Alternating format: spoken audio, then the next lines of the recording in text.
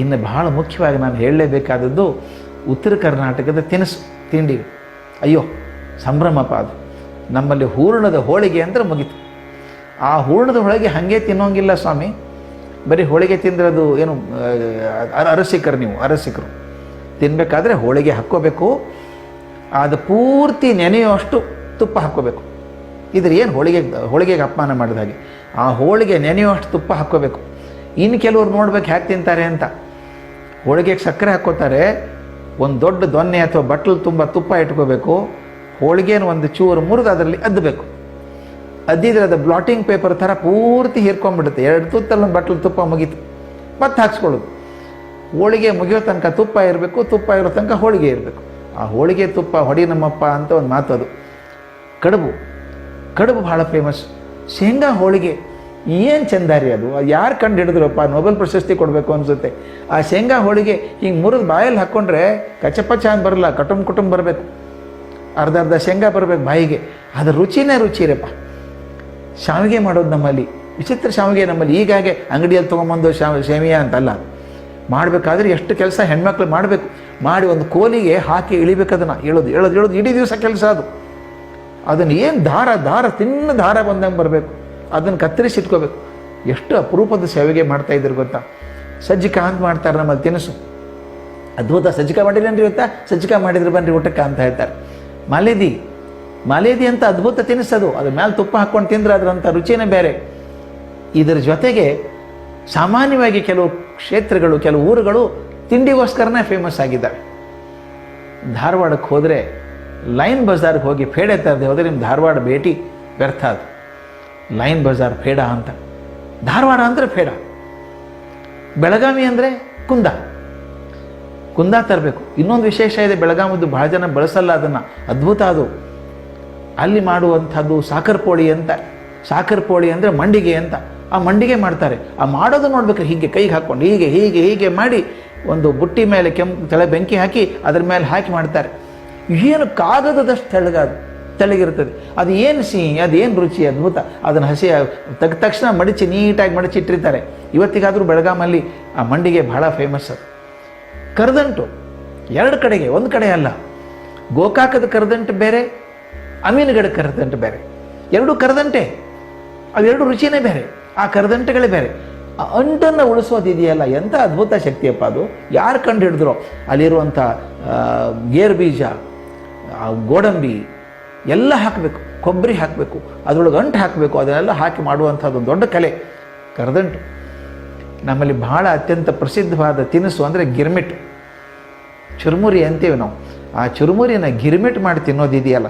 ಮತ್ತು ಗಿರ್ಮಿಟ್ ಬರೀ ತಿಂದ್ರೆ ರುಚಿ ಏನ್ರಿ, ಅದ್ರ ಜೊತೆಗೆ ಮೆಣಸಿನ್ಕಾಯಿ ಇರಬೇಕು, ಮಿರ್ಚಿ ಅಂತಾರೆ. ಆ ಮಿರ್ಚಿ ಇರಬೇಕು, ಗಿರ್ಮಿಟ್ ಇರಬೇಕು. ಮಿರ್ಚಿ ಬಜಿ ಅಂತ. ಆ ಮಿರ್ಚಿ ಬಜಿ ಒಂದು 4 ಕಾಯಿ ಇಟ್ಕೋಬೇಕು ನಾವು. ಇಟ್ಕೊಂಡು ಹೆಂಗೆ ಮಾಡೋದು, ಹಂಗೆ ಕಚ್ಕೋಬೇಕು, ಗಿರ್ಮಿಟ್ ತಿನ್ನಬೇಕು, ಕಚ್ಕೊಂಡು ತಿನ್ನಬೇಕು. ಅದು ತೀರಾ ಸಪ್ಪಗಿರಲ್ಲ, ತೀರಾ ಖಾರ ಇರಲ್ಲ. ಕೆಲವೊಂದು ಸಲ ಖಾರ ಮೆಣಸಿನ್ಕಾಯಿ ಬಂದ್ಬಿಡುತ್ತೆ, ಬಂದಾಗ ಅಂದ್ಕೊಂಡೇ ತಿನ್ಬೇಕು ಅದನ್ನು. ಅದೇ ರುಚಿ ಅದು. ತೊಗೊಂಡಾಗ ತುಟಿಯೆಲ್ಲ ಕೆಂಪಾಗಿರಬೇಕು. ಆ ಗಿರ್ಮಿಟ್ಟು ಮಿರ್ಚಿ ಬಜಿ ತಿಂದರೆ ಅದ್ರ ಖುಷಿನೇ ಬೇರೆ. ಎಲ್ಲಕ್ಕಿಂತ ಮುಖ್ಯ ನಮ್ಮ ಉತ್ತರ ಕರ್ನಾಟಕದ ಊಟ ಅಂದರೆ ಜೋಳದ ರೊಟ್ಟಿ. ನಮ್ಮ ಕಡೆ ಜೋಳ ಅಂದರೆ ಮಾನದಂಡಿ ಜೋಳ ಅಂತ. ಮಾನದಂಡಿ ಜೋಳ ಅಂದರೆ ಮುತ್ತಿದ್ದಂಗೆ. ಆ ಹಿಟ್ಟು ಖುಷಿ. ನಾನು ನೆನಪಿದೆ, ಸಣ್ಣವನಿದ್ದಾಗ ಗಿರಣಿಗೆ ಹೋಗಬೇಕು ಹಿಟ್ಟು ಮಾಡಿಸ್ಕೊಂಬರೋದಕ್ಕೆ. ಆ ಜೋಳ ಮೇಲೆ ಹಾಕಿ ಆ ಕೆಳಗಡೆ ಬಿಸಿ ಹಿಟ್ಟು ಬರ್ತದಲ್ಲ, ಕೈಯಿಂದ ಹಾಕಿ ಹಿಂಗೆ ನೋಡಬೇಕು. ಸ್ವಲ್ಪ ಉರುಟಿರಬೇಕು. ರೊಟ್ಟಿ ತೀರಾ ಸಾಫ್ಟ್ ಆದ್ರೆ ನಡೆಯಲ್ಲ, ಸ್ವಲ್ಪ ಉರುಟಿರಬೇಕು. ಆ ಬೀಳುವಾಗ ವಾಸನೆ ಬರುತ್ತಲ್ಲ, ಆ ಜೋಳದ ಪುಡಿ ಬರಬೇಕಾದ್ರೆ ಆ ವಾಸನೆ ನನಗೆ ಇನ್ನೂ ಮೂಗಿಂದ ಹೋಗಿಲ್ಲ ನನಗೆ.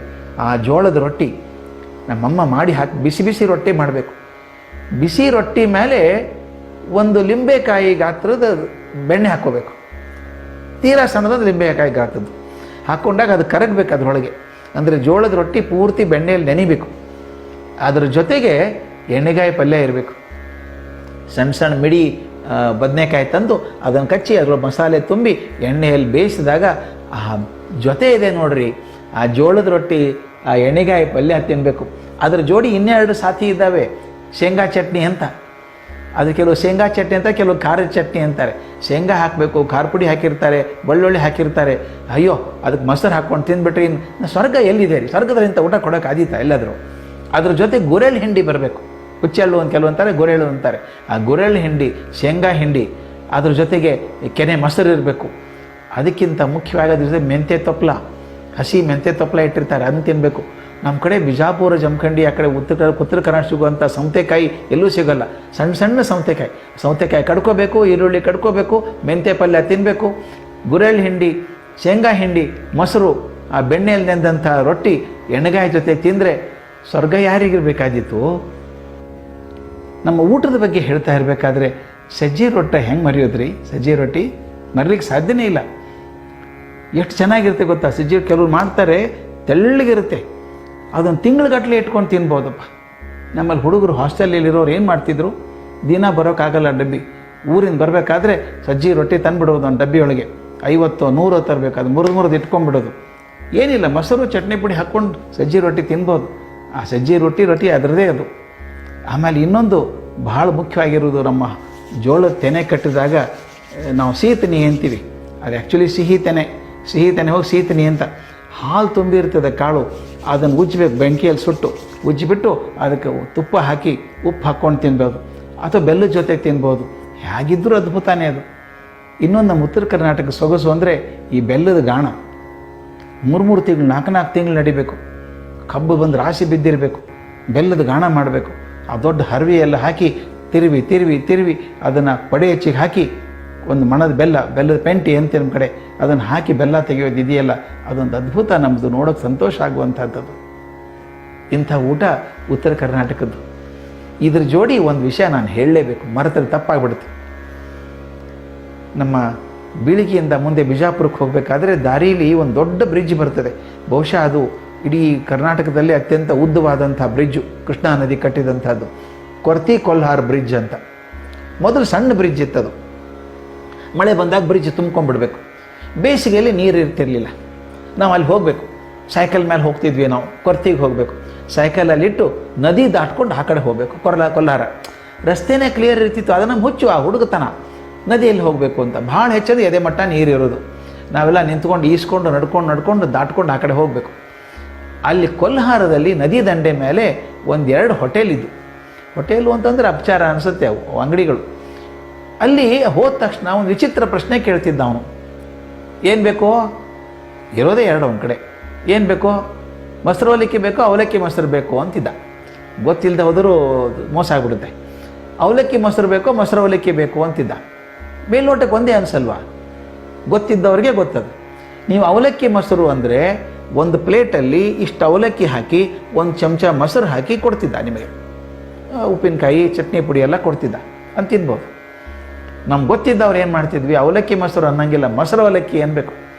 ಮೊಸರು ಅವಲಕ್ಕಿ ಅಂದರೆ ಆಗಿನ ಕಾಲಕ್ಕೆ 4 ಕಣೆ, ನಮಗೆ 4 ಕಣೆ, ಒಂದಿಷ್ಟು ಗಡಿಗೆ ಇರೋದು, ಅರ್ಧ ಲೀಟ್ರ್ ಆದರೂ ಕನಿಷ್ಠ ಇರಬೇಕು ಅದ್ರ ಹಾಲದ್ರೊಳಗೆ.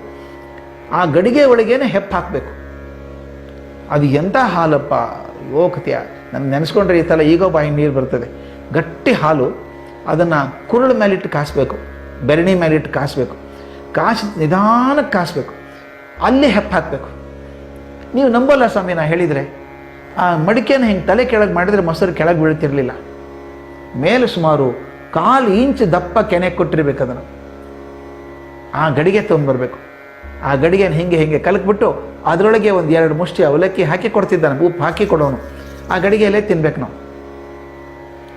ಆಮೇಲೆ ಉಪ್ಪಿನಕಾಯಿ, ಒಂದು ಮೆಂತೆ ಮೆಣಸಿನಕಾಯಿ ಅಂತ, ಉದ್ದ ಮೆಣಸಿನಕಾಯಿ, ಒಣ ಮೆಣಸಿನಕಾಯಿ ಒಳಗೆ ಮೆಂತೆ ಮಸಾಲೆ ತುಂಬಿರ್ತಾರೆ, ಕರೆದಿರ್ತಾರೆ. ಆ ಕರೆದ ಮೆಂತೆ ಮೆಣಸಿನಕಾಯಿ ತಿನ್ನಬೇಕು. ನಾ ಹೇಳ್ತೀನಿ, ಅಂಥ ತಿಂಡಿ ಜಗತ್ತಲ್ಲಿ ಎಲ್ಲೂ ಸಿಗಲಿಕ್ಕಿಲ್ಲ, ನನಗಂತೂ ಕಂಡಿಲ್ಲ. ಅದನ್ನು ತಿಂದರೆ ನೀವು ಆಶ್ಚರ್ಯ ಆಗುತ್ತದೆ, ನಂಬಲಿಕ್ಕೆಲ್ಲ. ಹೇಳಿದರೆ ಆ ಮೊಸರು ಅವಲಕ್ಕಿ ಕೈಯಿಂದ, ಚಮಚ ಇಲ್ಲ ಅವಾಗ, ಕೈಯಿಂದ ತಿಂದರೆ ಕೈಗೆಲ್ಲ ಹೆಡಸು ಜಿಗಟ್ ಹತ್ಬಿಡ್ಬೇಕು. ಹೆಡಸಿರ್ತದಿಲ್ಲ, ಕೆನೆದು ಮೊಸರಿಂದು ಜಿಡ್ಡೆ ಹೋಗಲ್ಲ. ಅದು ಏನು ಮಾಡಬೇಕು ಮತ್ತೆ? ನಾವು ದಂಡೆಗೆ ಬಂದು, ನದಿ ದಂಡೆಗೆ ಬಂದು ಆ ಮರಳಿಗೆ ಚೆನ್ನಾಗಿ ಉಜ್ಜಿ ಕೈ ತೊಳ್ಕೊಬೇಕು. ಇದರ ಹಾಕಿದಂಥ ಹೆಡಸು ಹೋಗಲ್ಲ. ಅಂಥ ಕೆನೆ ಮೊಸರು, ಕೊಲ್ಹಾರ್ ಮೊಸರು ಅಂತ ಭಾಳ ಫೇಮಸ್ಸು. ಅದಕ್ಕೆ ನೀವು ಯಾರಾದರೂ ಹೋದರೆ ಅವಲಕ್ಕಿ ಮೊಸರು ಅಂತ ಕೇಳಬೇಡಿ, ಮೊಸರು ಅವಲಕ್ಕಿ ಅಂತ ಕೇಳಿ. ಆಗ ನಿಮ್ಗೆ ಗೊತ್ತಾಗತ್ತೆ ಕೊಲ್ಹಾರಿನ ಮೊಸರಿಂದ ಏನು ಗುಟ್ಟು ಅಂತ. ಅಲ್ಲಿ ಸಿಗುವಂಥ ಮೆಂತ್ಯ ಪಲ್ಯ, ಗಲಗಲಿ ಫೇಡೆ, ಇವೆಲ್ಲ ತಿಂಡಿಗಳು, ಅದ್ಭುತವಾದ ತಿಂಡಿಗಳನ್ನು ಉತ್ತರ ಕರ್ನಾಟಕ ನಮಗೆಲ್ಲ ಕೊಟ್ಟಿದೆ.